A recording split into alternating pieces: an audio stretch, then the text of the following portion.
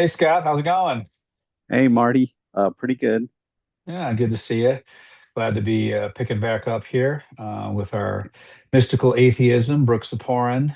We got through the introduction. Now we're moving on to part one, chapter one. Part one is called The Sleeping Island, and chapter one is called Purposivity and Consciousness.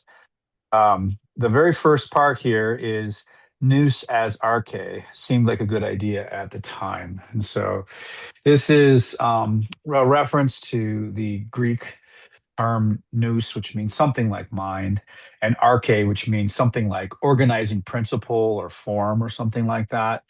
And he's referring specifically to the Phaedo, in which Plato has his main character Socrates dying or kind of committing suicide, being executed, I guess, however you look at these things. Because, again, it has a lot to do with intention. Like, whose intention is this? Is this Socrates' intention, or is it, the Polis's intention that he die? And in the end, Socrates has to drink the hemlock himself, so that he can be in line with what he would call the arche of the universe, which is like the polis is a good thing put in place by the arche, put in place by mind. And the polis has decided that I need to kill myself because I corrupt their youth or whatever. And so he wants to be in line with what he considers to be rational. And at one point, Socrates quotes Anaxagoras and says, it occurred to me that the arche of the universe, the designing principle of the universe, was nous, was mind. And so, for um, Socrates, and I assume for Plato as well, this is sort of an encouraging thing. So there had been this famous like search in Greek thought for like what is the organizing principle of other, and famously, water, fire, all these different principles were suggested as organizing principles. But here, Plato commits the primal sin in the view of Ziporyn of establishing mind, which establishes then rational thought as like the ultimate type of thinking. And what is nous characterized by? What is mind characterized by? So Ziporyn talks about a couple characteristics of it that he sees in Plato's thought, especially, and just sort of Western rationality in general.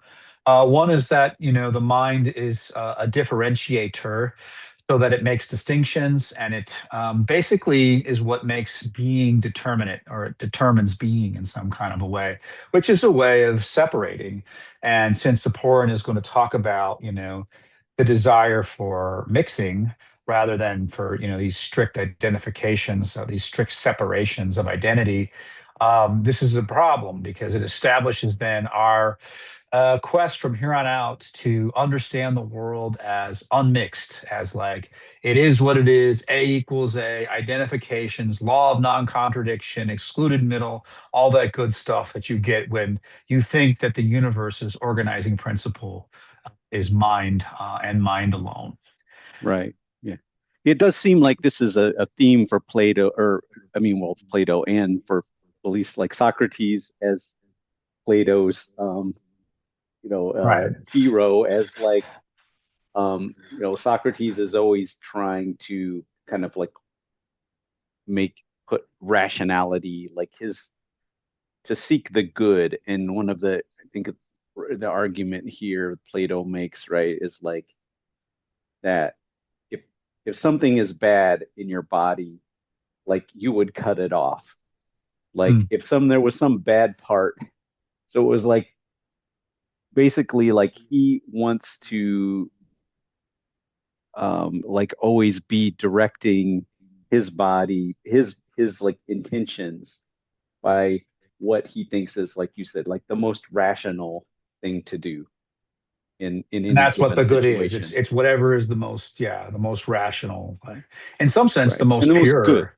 Yeah. Yeah, right. In line with like, and I mean, this is kind of like, as we'll see too, like a theme for Plato. I mean, so, and for Socrates, as like kind of overcoming the sensible world to try to unify all the purposes under a single purpose, like that. Hmm. And this is like, where he talks about, right, the origin of the universe, or like I guess if you talk about like in a metaphysical sense, that there must be like there can't just be the universe can't be just like one thing. It can't just be like fire or air or something, as like they looked at the pre-Socratics believed that there would be like kind of like a monism of some kind, was what we would Mhm. call it in philosophy, right? It's like everything, or like atomism, like everything is made up of like the same stuff, but there's nothing really organizing it,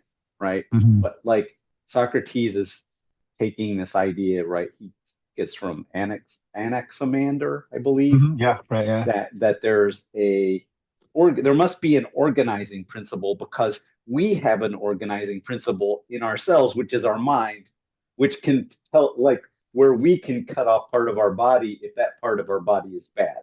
So there must be something in the universe, in being itself, that is sees the good of the whole and is kind of organizing all of that raw stuff into like a purposeful in a purposeful direction. And that it's like he's calling mind, or and that's like the nous, right? It's not necessarily mind in the sense of like an intentional mind as much as um I think at this point, or like God as we would think about it, but this is very similar to like very much leads into like, well, if there isn't organizing principle, that must be God. That's a perfect fit, right? It's like we Christians want to believe Mhm. that, right? That there's like some rational mind, looking at the whole universe. We might not be able to see into that, but God has this divine intention that Mhm. organizes all of creation. Right. And then just evil is this anything outside of that intention that needs to be cut away. Very famously biblically, Jesus says if it's your arm or your hand that causes you to sin, cut it off. If it's your eye that causes you to sin, cut it out. So there's this idea being expressed that Scott's talked about in terms of like you're something's wrong in your body, whatever. It's just something that's, like a disease or a sickness or whatever. It's something that is outside of the good, outside of that intention. And so you just, pull it out, rid yourself of it because it's leading you away from, this one object that we should all be converging on. And so then the question becomes like, well, what about, divergence? What about new goods? What about many goods? What about like Right, different which desires? Yeah. So, definitely, which we're going to right. get into, yeah, for sure. Yeah, which I think, I mean, leads into kind of the next section here, which is what he calls the design versus infinity. Um, and it really, like, I find he kind of outlines these two different kind of views, that like the theistic model and and he calls the atheistic model of thinking about design, which is the theistic model, versus infinity, which is the atheistic model. So here he says, in the theistic model, which is like what we were talking about before, he says, where determinate being derives from a single eternal goodness, and desire also exists because of goodness, aiming directly or indirectly toward the one goodness, desire here will be found to be a drive toward greater exclusion. So the idea is like, as Marty said, like excluding the evil, like fleeing from the evil, the bad. Like we want to move in the direction of like excluding the bad toward something purified and good, some good intention. Um, in the atheistic model, which he's contrasting, he says, um, whereby like any ideas plural of goodness that may arise derived from desires plural derived from determinate beings, and determinate beings plural derived from indeterminate being, chance, and infinity. Desire here will be found to be a drive toward greater inclusion. So what he's saying is like two different ways of looking at the universe that can kind of like as a in this idea of an infinite universe. The infinite in the theistic model is the universe like we need is there's all this stuff and there's the bad stuff and we need to separate out the good and the bad, but we will never get there, right? There's always like going to be more things that we need to differentiate and bring in, and seek to exclude. Um, and so in order to kind of get toward this like idea of the good to a single purposeful, like driven universe. Um, and the atheistic model, which is like really seeing the infinity of creation, the fact that we have something that's come together out of this infinity, out of these like diverse individual drives coming together to form something meaningful, is like just it's in really like in a religious experience in itself that like we could out of this infinity we have determinate beings forming together for their own good into some greater good, that's not a good that is derived from a unifying intention but out of their own good and their own their own individual drives for goodness.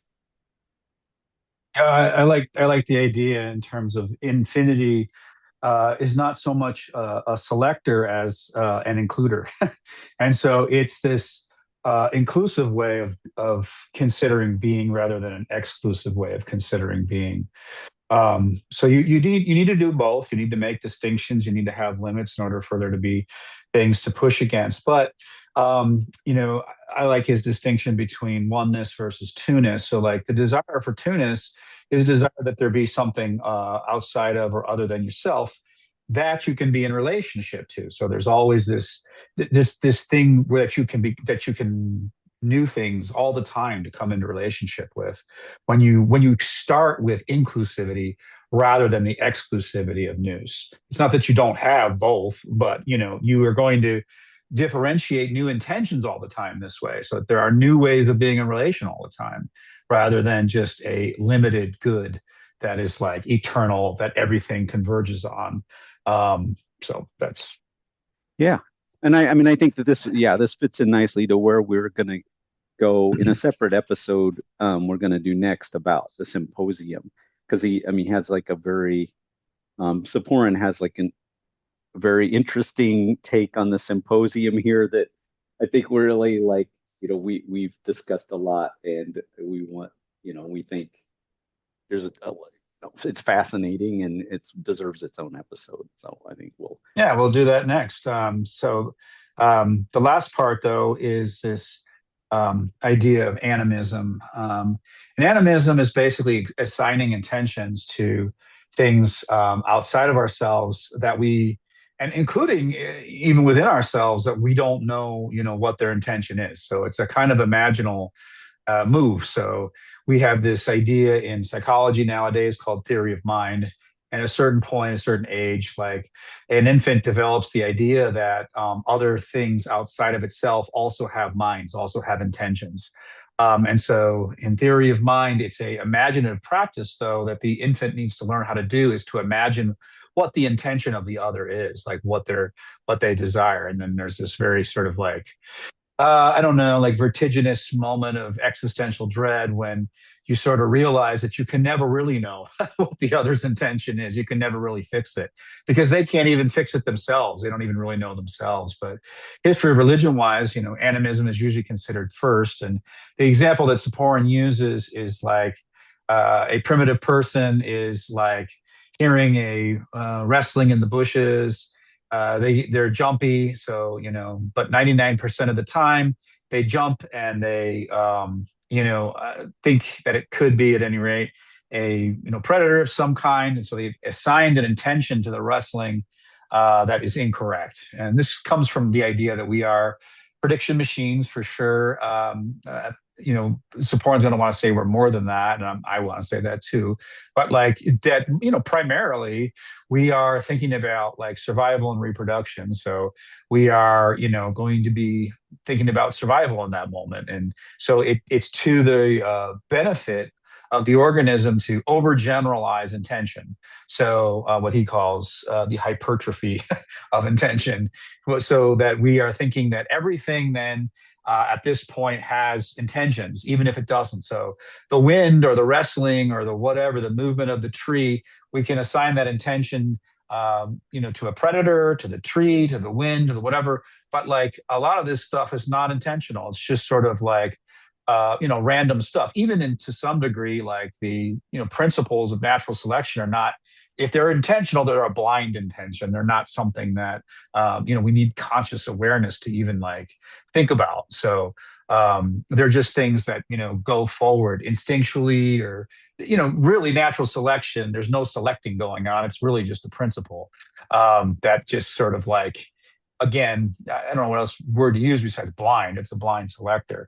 And so, so what Ziporyn wants to, talk about here is like we've put intentions and purposes on too much now. And sort of what it does is it crowds out, it determines being too much, basically. It crowds out, other things do have intentions for sure. But if we're seeing intention and purpose everywhere, we're crowding out the possibility of purposelessness.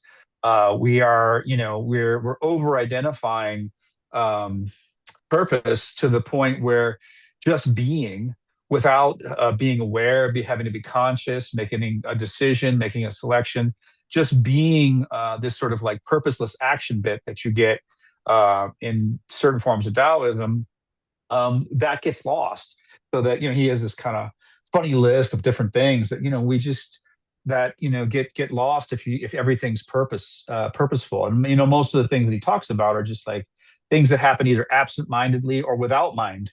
And so we also need to be, in praise of those things. So, the example that Scott and I like to use is dance. And, when it's deliberative, when it's very like thought out, it looks stilted and bad or whatever. But like the point of dance is to be lost, become unconscious, almost, so that you're not inside, you're not aware at any rate of whatever intentionality you may have behind it. So you don't need to like do the material reduction thing necessarily all the time, where like the reason why I dance is to attract a mate, blah blah blah, all these kind of like everything's got this sort of intentionality behind it. Sometimes it's just without any of that. So and the point actually is to lose purpose, to lose your intentionality and just become the dance. I suppose if we're talking about this whole distinction between the doer and the action, you just become the action. You just become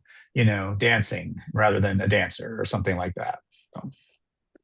Yeah, I mean, I know I really like the dancing one, as we like talked about before. It's like we can look at it kind of after the fact and see that our dancing had purposes and had like the way we engaged in it was like a way of kind of an artistic like pastiche of many different types of dance that we've watched and kind of been around. And um it's like, but you're not experiencing that while you're dancing. It's like an unconscious Right. movement, right? And then it's like When it's it's only good. kind of, yeah, I mean, right. Even but I mean, like, right, even if it's bad, I guess it's like you can, you know, right. I guess I was just thinking about like, David Byrne Stop Making Sense, which is like, a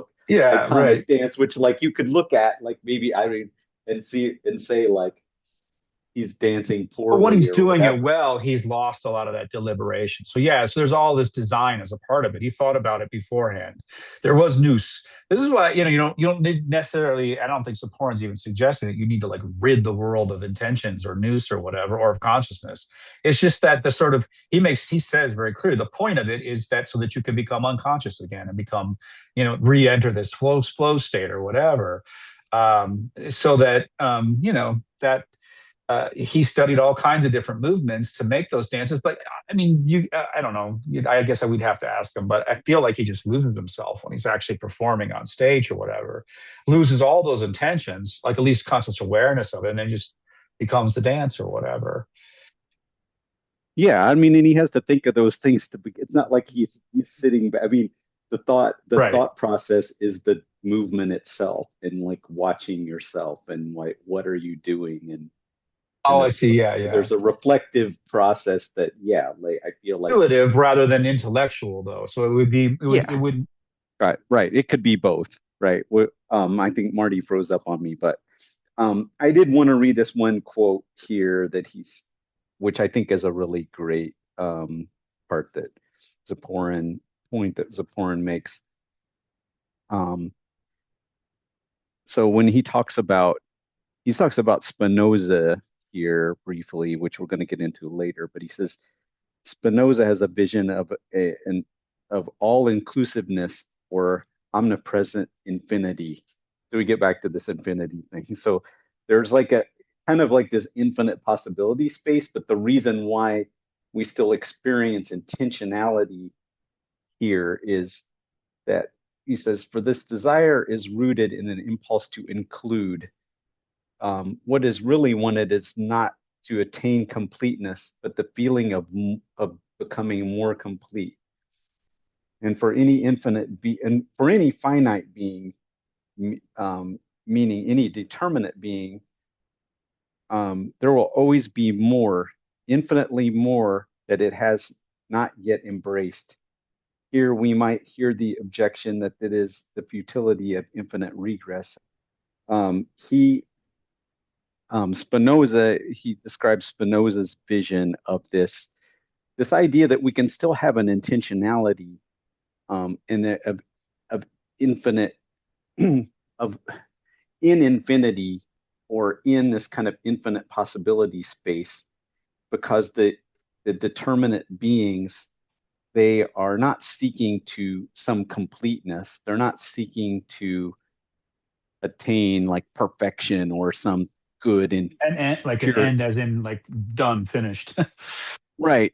But he describes it as they're seeking a feeling of becoming more complete, a feeling of inclusiveness, of like Yeah. bringing more parts together.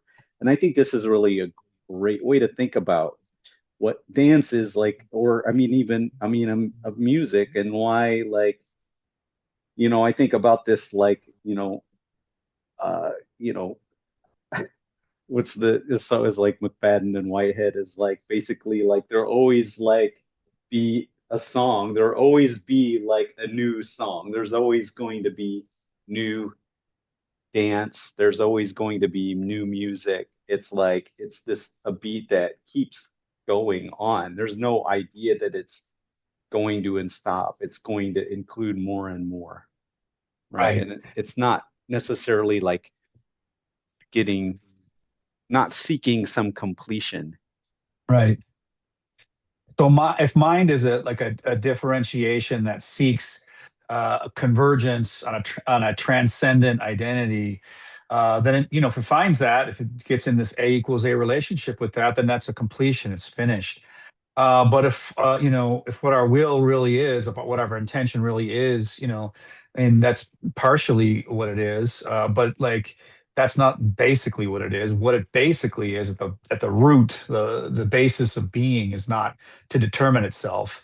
It's to become indeterminate. So it's to enter into this cycle of becoming indeterminate, so that it can determine new ways of being, determine new dances, about like these kinds of things, so that there's this infinite freedom, this infinitely, this is the religious sense of, why you have in so many religions this, these ideas of making new again. So, baptism, is can either be seen as a way of purifying with the water, of making you the right thing and in line with God, or it can be like a way of mixing new ways of being or new relations, into your being, so that now you have see God as doing a new thing, or sing a new song, so that you can become different, and that you can enter into different sorts of relations.